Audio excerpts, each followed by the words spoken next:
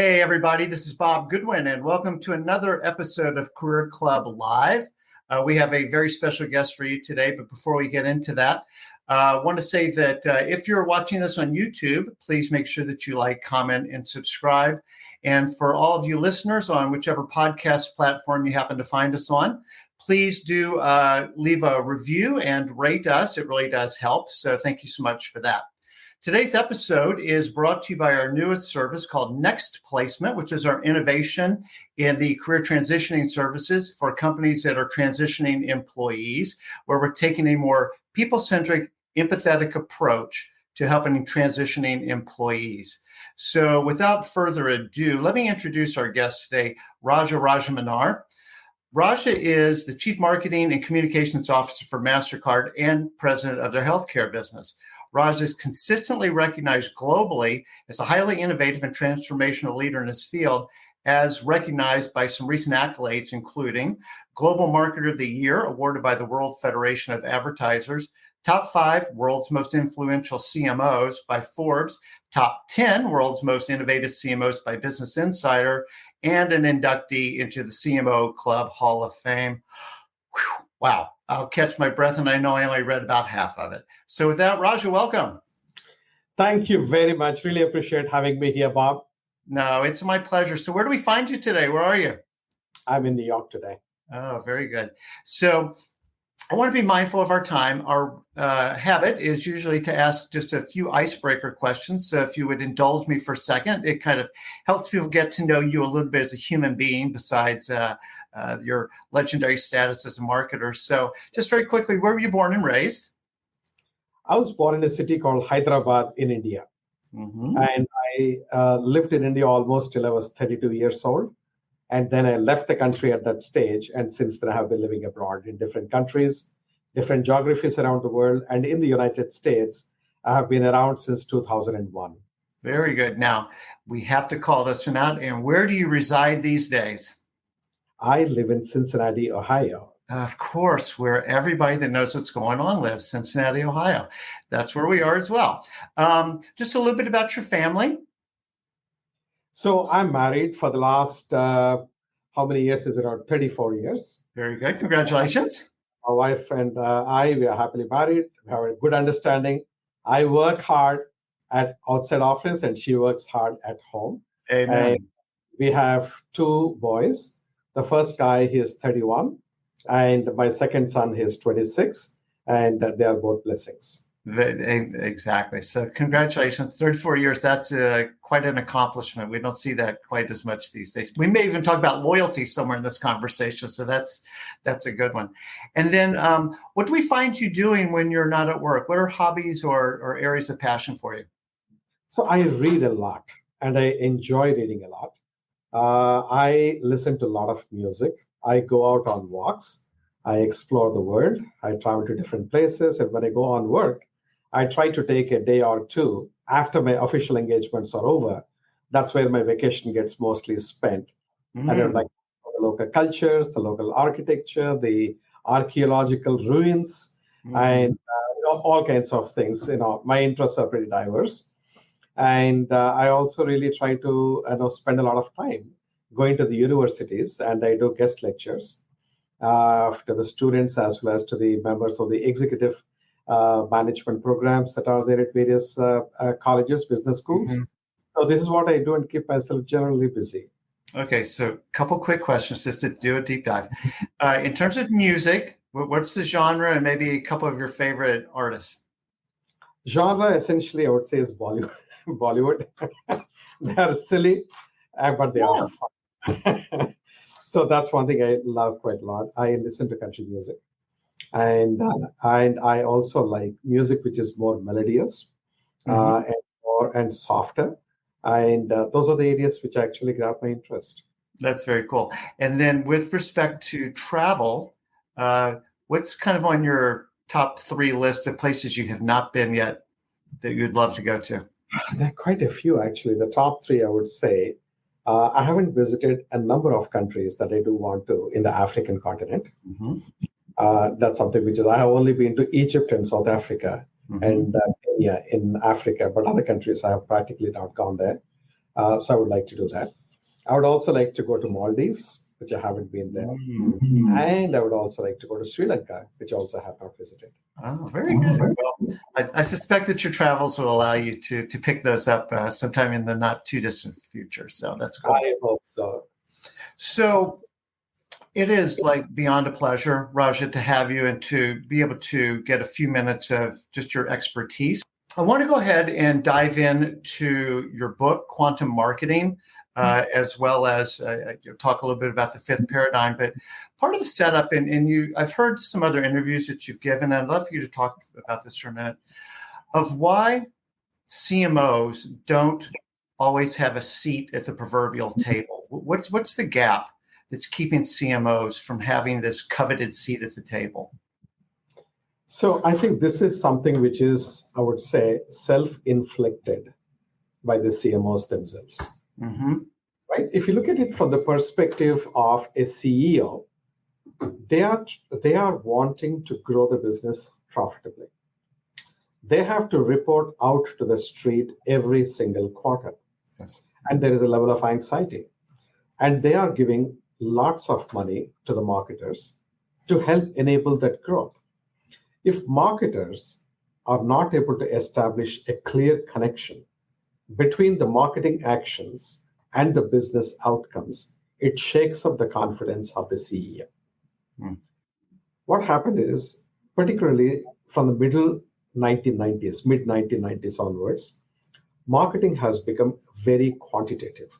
Mm-hmm. So there is a lot of data, there is financial analysis, there is measurement of ROI, return on investment, in a very methodical fashion, and so on.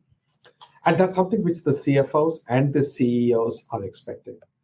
But unfortunately, many of the CMOs who have reached that position, essentially through the qualitative side of marketing, they understand psychology, sociology, design, consumer studies. It's all very, very, very intuitive, right-brained, qualitative. Whereas the market reality has moved to the left brain side, which is technology, data, numbers. And many of the marketers did not really do that crossover effectively. Mm-hmm. As a result of which, when the CEO asks you a question, and if you look like a deer caught in headlights, you start losing your credibility. And it has been happening at scale, so much so that some of the surveys that were done amongst the CEOs, an overwhelming majority of them have said they have zero confidence in their CMOs or in their marketing teams to drive growth. As a result of which, they have started, in some cases, companies like Johnson & Johnson have eliminated the role of a CMO altogether. So we're not talking about some obscure industrial companies which you don't anyway associate sophisticated marketing with, but you talk of blue chip companies like J&J. Coca-Cola was off a CMO for some time, but of course they have brought somebody back. And then the second part of it is CEOs want growth. So they are now getting a new breed of C-suite executives like chief growth officers, chief revenue officers, chief customer officers. If you take revenue, growth, and customers away from marketing, what is left behind is fluff. Does that fluffy work need to sit at the CEO's table? Not really. So therefore, the CEOs are saying, why do you report to me? Let me manage my span of control, reduce it effectively.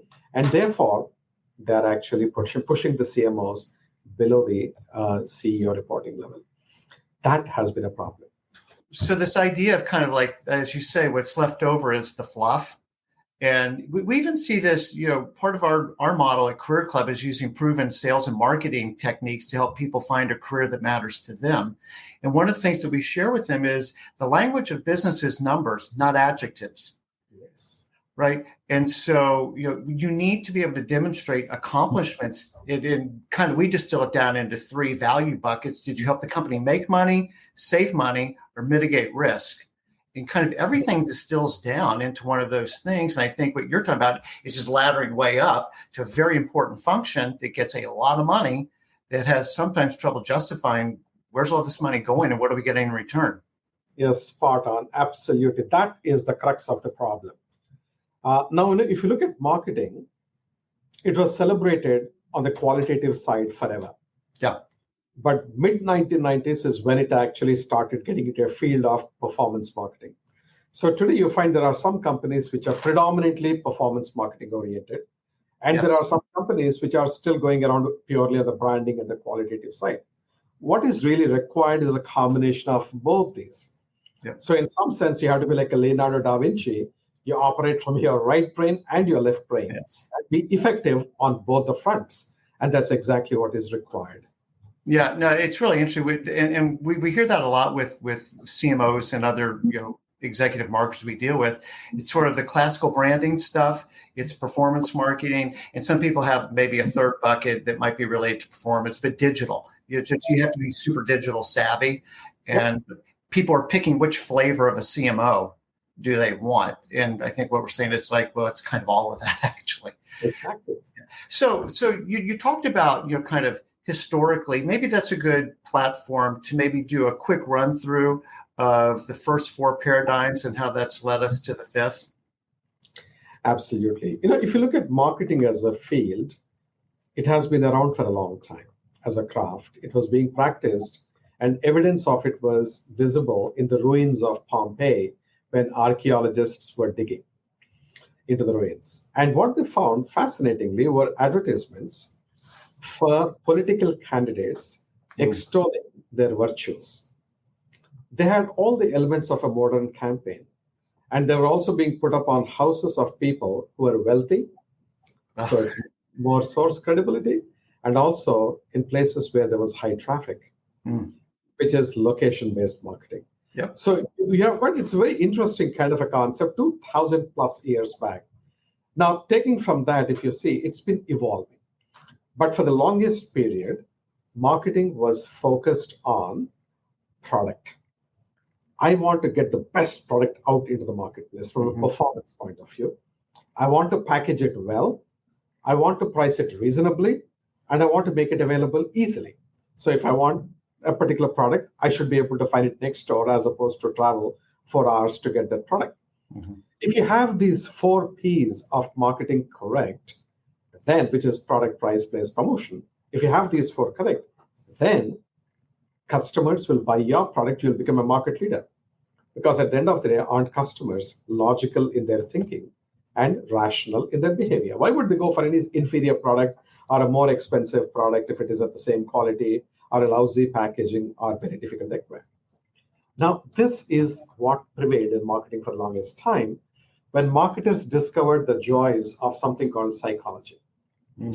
Psychology, sociology, anthropology, if you look at those, most of the times people think illogically and they behave irrationally. For example, why does a customer put a lot of money in their savings bank, which gives them 1%, 2%, if at all, interest rate?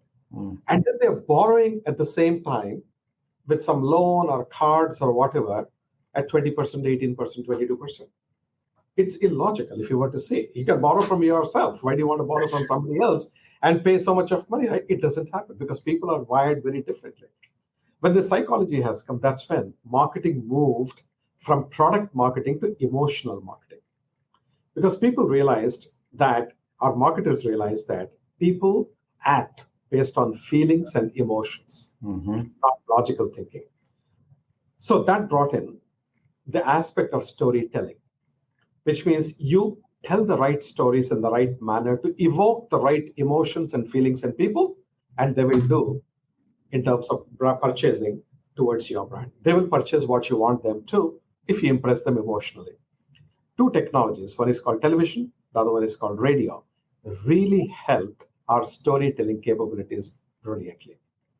That worked extremely well. And then when you go to the next level, which is in 1997, 1995, in that kind of a time frame, there were 2 technologies which came, which ushered or pushed marketing from the second paradigm of emotional marketing to data-driven digital marketing.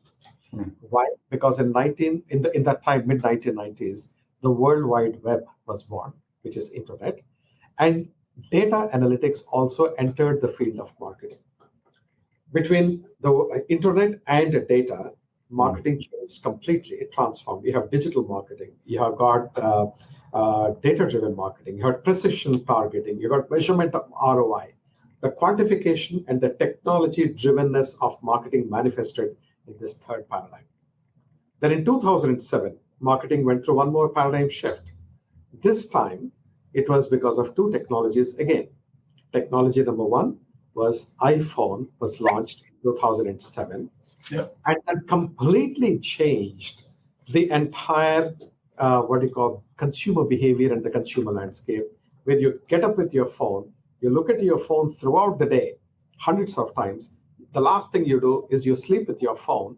And God forbidding, if you wake up in the middle of the night, you have to look at your phone to see what's happening in the world. That's how addictive these devices have become and how interactive they are. That changed our lives, and therefore marketing had to change. The second one was the scaling of social media, also in 2007, that's with Facebook. So that changed, again, how we interact with each other and how we actually learn about brands, comment about brands. It's become very different as a dynamic, right? So between these two technologies of universal mobile connected devices and the social media platforms, marketing had to reinvent itself. So now we have got social marketing, or influencer marketing, mobile marketing, location-based marketing, all kinds of new ones have been born. Mm-hmm.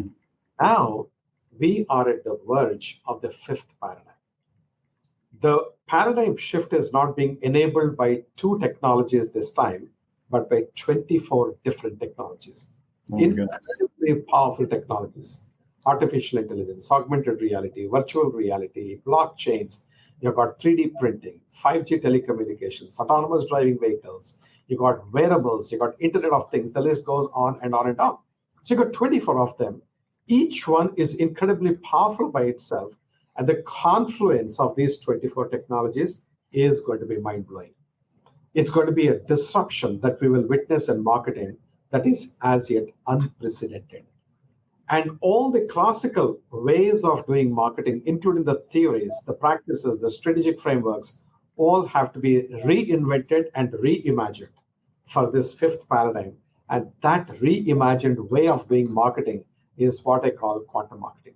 Yeah, and so it is overwhelming in one sense. If I can quote you for a second, you talk about this tsunami of emerging technologies, right? But then we've got the tectonic cultural shifts that are happening, right? Because society's not staying, stable in one sense, and then just the explosion of data that all this technology is creating. So not just what we're experiencing, how we're experiencing it, but with the information that all that is gleaning, like my pulse and my sugar rate, and just everything. Yep. So all of this is kind of coming at marketers simultaneously, and the rate of change is never going to be slower than it is today, right? It's only speeding up. So, break that down a little bit for marketers of then how do I prioritize? How do I not just drown in the quagmire of change? And I'm so busy chasing the next thing because I'm worried about knowing everything there is to know about everything that I've actually forgotten the business chasing down all these changes. And I think you touch upon probably the most important challenge that marketers have today, right? Because there are all these technologies that are coming, which have a huge disruptive or disruption potential as far as marketing is concerned, you cannot be ignorant of those. You have to study, you have to learn. But at the same time, you cannot know everything about everything, which is also not pragmatic. So the key thing is, as marketers, you have to see what are the ones which are immediately hitting us already that we need to be cognizant of and do something about. So firstly, look at artificial intelligence. Artificial intelligence is not new either. The generative AI through ChatGPT has become incredibly popular and very visible. But AI has been there before that. What you should do is don't get impacted only by the shinier part of AI. Exactly. There is so much that AI can do to vastly improve how effective your business can be and how efficient your business can be. Number one. Number two, in order to be able to do that, including generative AI, you have to learn. There is no choice but for you to learn. quite a few programs which are available, either online programs, or you can take mentoring sessions. There are even YouTube videos to explain what AI is. Mm-hmm. And there are marketers who are very willing and able to help other marketers to come up the curve. There are associations like ANA or WFA, which have got rich material that you can access.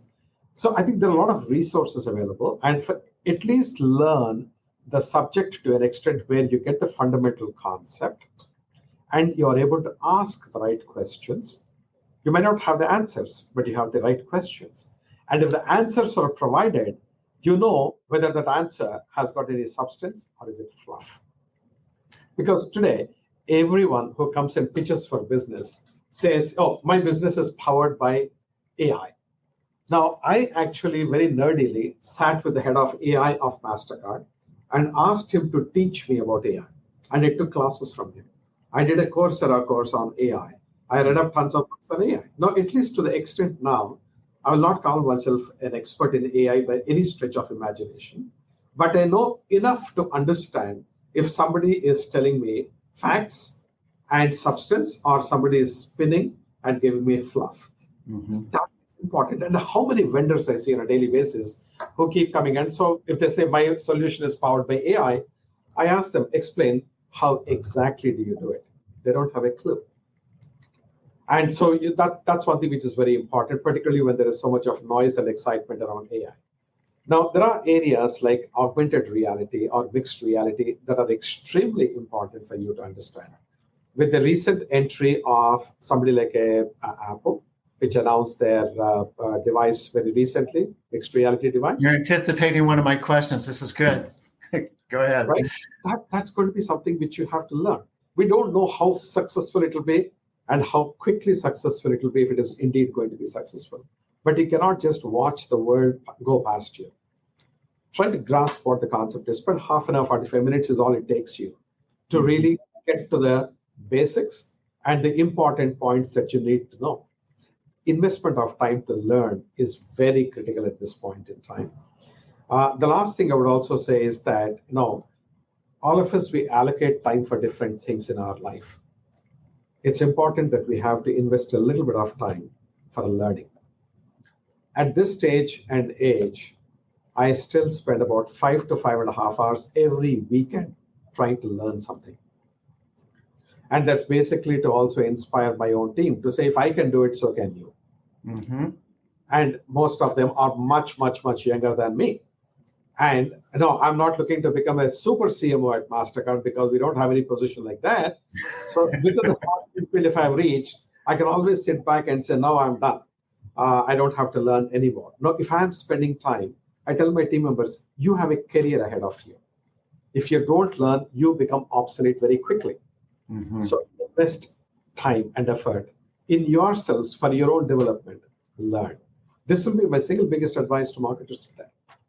Well, and again, you've anticipated something I'm going to ask you in a little bit, but it really gets down to, this natural curiosity, one, and then an agility to learn, right? And to be able to continue to adapt and do it with enthusiasm, Yep. Right? Because if you're genuinely interested in the topic and you want to continue to grow professionally and just as a human being, then it's fun to keep up with this stuff. Otherwise, it's going to feel like dragging a piano up a hill, and it's not going to be very much fun, and you're probably not going to make it to the top of the hill. Very quickly, I do want to talk about data. I come from a data background, working with big syndicated data companies and working with sophisticated marketers like you. And you kind of made the point earlier with the left brain, right brain dichotomy. This is probably an unfair question. I'll probably just show my ignorance here, but just to make a point, if you had to choose between a brilliant creative and a brilliant data strategist, what would you pick? Any day, brilliant creative.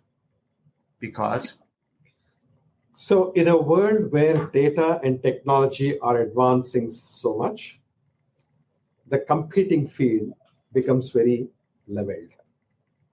Because the same technologies are accessible to every company, irrespective of its size, because the cost of those technologies has become so affordable. on the one hand. So there is a democratization of the computing field that technology enables. Number two, you got data. There are so many legitimate data vendors who are out there that you can get a ton of data. So access to data by itself is not a problem. But of course, you have to be careful that you're getting permissioned data and not data that has been siphoned off the consumers without their knowledge. Yes. So you want to be ethical and absolutely have the highest levels of integrity and protect consumers' privacy. Now, if these two are actually largely going to be also driven by AI, and have been seeing this trend over the last 5 years, the machines are able to provide a ton of support to you. Number one. Number two, you also have got a lot of companies willing to partner with you on the data side and on the technology side to help you advance the agenda very quickly. Now, in a world where things are democratized because of data and because of technologies, the differentiation happens through creativity and innovation. And the creativity and innovation are going to be mighty, mighty critical to stay ahead of your competition. That's the reason why I'll pick them up. But in a holistic sense, I need, even if I am Leonardo da Vinci type of a person or not, my team has to. I need to have, it's a Leonardo da Vinci team. There are right brain thinkers on the team, there are left brain thinkers on the team, and there are connectors in between who actually translate things into plain English and connect them and say, this is what we are after, this is what we should be doing. So this is what you need to do. So in fact, as I have written in my book as well, you need to build Leonardo da Vinci type teams because it's not easy to find Leonardo da Vinci type individuals. The rare individuals who have capability and have the dexterousness on both sides of the brain, they may not want to come and join in marketing. They want to start their own company, or they want to join consulting. They want to join Silicon Valley, whatever else it is there. So therefore, in a situation where you're constrained by attracting real holistic general management kind of a talent, you at least want to make sure that you have people, the composition of your team complements, and you have a real wholesome team.